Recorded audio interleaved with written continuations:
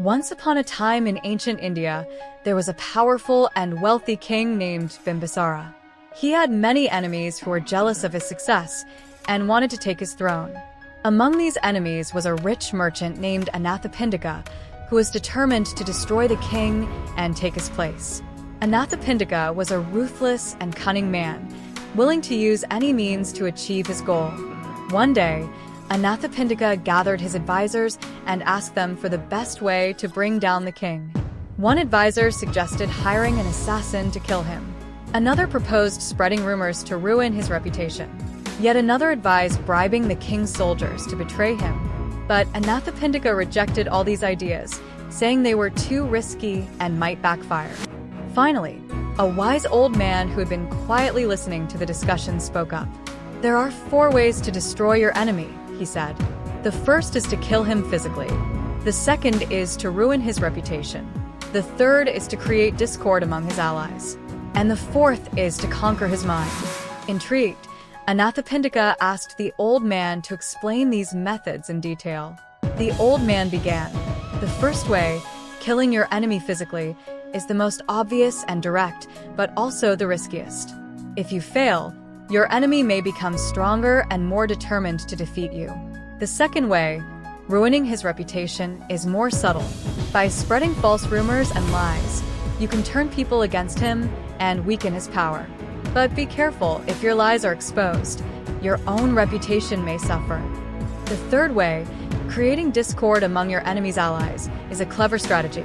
By sowing seeds of distrust and suspicion, you can weaken their loyalty and make them turn against him.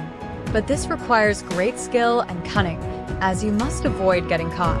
The fourth and most powerful way is to conquer your enemy's mind. By using psychological tactics, you can make him doubt himself and lose his will to fight. This method demands wisdom and insight, as you must understand your enemy's weaknesses and fears. Anathapindika was impressed by the old man's wisdom and asked him to teach him how to conquer the king's mind. The old man agreed and began teaching Anathapindika the art of mental conquest. He first taught him that to conquer another's mind, one must first control one's own. "Your mind is like a wild horse that needs to be tamed," he said. "If you let anger, greed, or fear control you, you will never conquer your enemy's mind." Next, the old man taught Anathapindika the importance of understanding his enemy's mind. You must know your enemy, as well as you know yourself. Understand his strengths, weaknesses, hopes, fears, likes, and dislikes. Only then can you use that knowledge to your advantage. Finally, the old man taught him how to use psychological tactics to manipulate his enemy's mind. "There are many tactics you can use," he said. "Flattery can stroke his ego, fear can make him doubt himself, guilt can make him feel ashamed, and compassion can appeal to his sense of humanity. But whatever tactic you use, be careful not to overdo it, or your enemy will see through your plan." Anathapindika carefully followed the old man's teachings. He started by sending gifts and flattery to the king, praising his virtues and achievements. He spread rumors about the king's enemies, making them seem weak and foolish in the eyes of the public. He even created discord among the king's allies by sowing seeds of distrust. Over time, Anathapindika's plans appeared to be working. The king's reputation began to decline, and his power base weakened. But Anathapindika was not satisfied. He wanted to conquer the king's mind completely, to make him doubt himself and lose his will to fight. So Anathapindika decided to use the most powerful weapon of all, compassion. He went to the king's palace and humbly begged for forgiveness, confessing his sins and expressing regret for his past actions.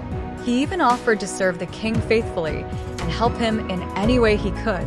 The king was surprised by Anathapindika's sudden change of heart, but he was also a wise and compassionate man. He saw through Anathapindika's game, but decided to give him a chance to prove his sincerity. He accepted Anathapindika's offer and made him one of his most trusted advisors.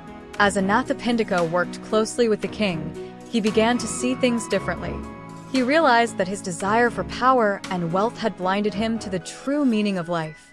He saw the suffering and poverty of the people and felt a deep sense of compassion for them. He also saw the wisdom and kindness of the king and felt inspired by his example. One day, Anathapindika went to the king and asked, "Your Majesty, I have a question. You have shown me great kindness and compassion, even though I was once your enemy. How can you be so kind and compassionate to someone who tried to destroy you?" The king smiled and replied, "Anathapindika, I am not kind and compassionate because I am weak or foolish. I am kind and compassionate because it is the right thing to do. The greatest enemy is not the one who tries to destroy us physically, but the one who tries to destroy us spiritually. When we respond to hate with love, to violence with peace, and to greed with generosity, we conquer not only our enemy's mind, but our own mind as well." Anathapindika was deeply moved by the king's words. He realized that he had been foolish to think that power and wealth could bring him happiness. He decided to follow the king's example and dedicate his life to serving others and cultivating compassion and wisdom.